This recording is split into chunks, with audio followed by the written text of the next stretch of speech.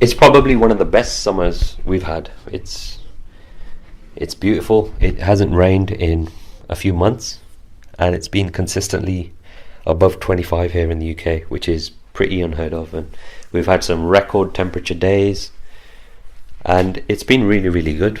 Having said that, this past weekend I had a cold, and somehow that was mixed with a hay fever, and I was just feeling terrible. An absolute loss of appetite, you know, lots of joint pain, barely able to move, couldn't be bothered to do anything really. So I was in a pretty messy state. As a result of the cold and the fever and the hay fever and whatever else, I'd lost 3 kg. So, as most of you know from my social media and my blogs, my goal right now is mainly to increase muscle mass, increase strength, and one of the ways that can be done very easily is just by increasing my body weight, because I'm fairly lean. So for me, if the scale weight is coming down, it is kind of demotivating. It means I'm not doing enough, so I need to take better action. So for the weight on the scales to come down a direct 3 kg, you know, I built up a little bit. I got up to 80 kg. Everything was feeling brilliant in the gym. My energy was high, my strength was high. And after this cold, I stepped on the scale and I was back down to about 77.2 or something along those lines. And the first thing that came to my mind is, okay, this is how my clients feel. And the reason I'm bringing that up is because over the years, I've always had calls and consultations with clients who perhaps haven't shifted on scale weight, and it's been a week and it's been 2 weeks, perhaps it's even been 3 or 4, and the scale weight just isn't shifting. I'm here to tell you that scale weight isn't everything. Now, whatever your goal is, whether it's to gain muscle mass and strength or whether it's fat loss, in an ideal world, we do want to see scale weight change on a weekly basis, in an ideal world. However, if that's not the case, it's not the end of the world, and here's why. There are other things and other factors to consider. So one of them is your day-to-day energy. How do you feel on a daily basis? Let's talk about fat loss because it's an easy example to deal with. Let's suppose the number that the scale is telling you has not changed. It's been 2 weeks. However, you feel highly energized where previously you felt bloated and lethargic every day. You now feel highly energized. Your food options have changed. You've introduced more fruits and vegetables. You're eating far more balanced diet. You've increased your protein intake, all of that good stuff. Now you're feeling far less bloated, and you actually feel energized instead of lethargic all day. You actually have enough energy to get you through the day rather than having a midday slump or an afternoon crash at work. That's an improvement. It's not an improvement in scale weight, but that's an improvement. Let's suppose, same example, the scale hasn't changed. However, your jeans now feel looser at the waist. Your belt, now fastens at a tighter notch. That means there's been a shift in the waist. Perhaps that means muscle mass has increased, water has increased, but fat loss seems to be down because your waist has decreased. Your belt now fastens at 1 notch tighter. That's progress, despite the scale staying the same. Same scenario, the weight on the scale hasn't changed. However, now you're actually able to lift more in the gym. You have more energy because you've improved your nutrition, and you're able to lift with better technique, and you've been able to lift more weight. That's also progress. So my point is, there are other factors to consider which are as important, if not more important, than just the numbers on the scale. So your day-to-day energy needs to be considered.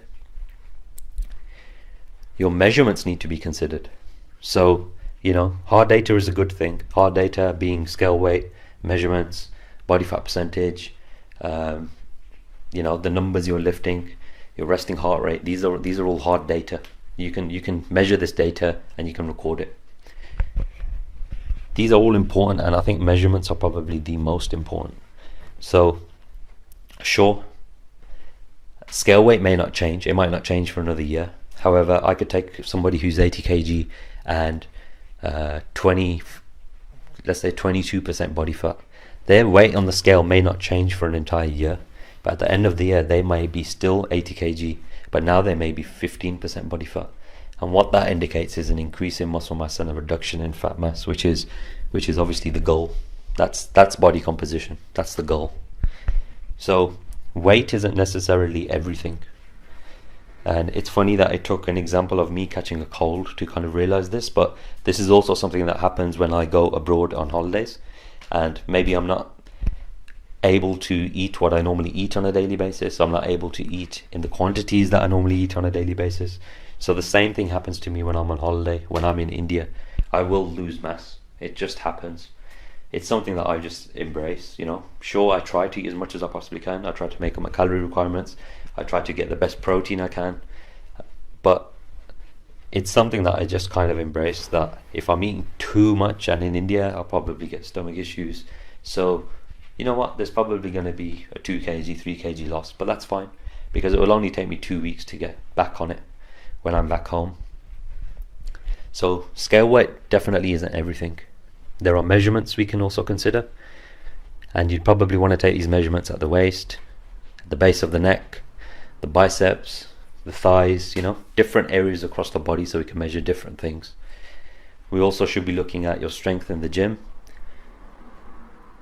We also should be looking at how you look in the mirror, because that's another great tool that we can use rather than relying solely on the scale weight. So the same example I mentioned before, you could be 80 kilos and 22% body fat and perhaps not be happy with the way you're looking in the mirror.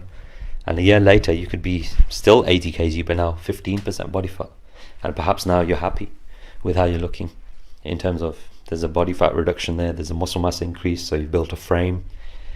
So there are many other things that we can look at rather than just scale weight to measure our progress, and I think it's really important to do so, because scale weight is always up and down. If I measure myself every day, and you can try this experiment for yourself, you can weigh yourself every single day in exactly the same conditions, meaning perhaps you've done your morning ritual, you've cleared your bowels, you haven't had breakfast yet, you haven't had a single drop of water yet. That's about as accurate as you're going to get in terms of recreating the same conditions. You can make sure it's at the same time, you can make sure it's with the same amount of clothing or lack of clothing. Personally, I like to do it without any clothing, just so I'm kind of controlling as many variables as possible. And you will still find there's a big fluctuation that occurs on a daily basis, and that's simply to do with your water intake, your sodium intake, the amount of food that you ate the day before, even the extent to which you cleared your bowels. So all of these things play a role. The amount you sweated, the amount you sweat, for example, all of these things play a key role in determining the number on the scale the next day.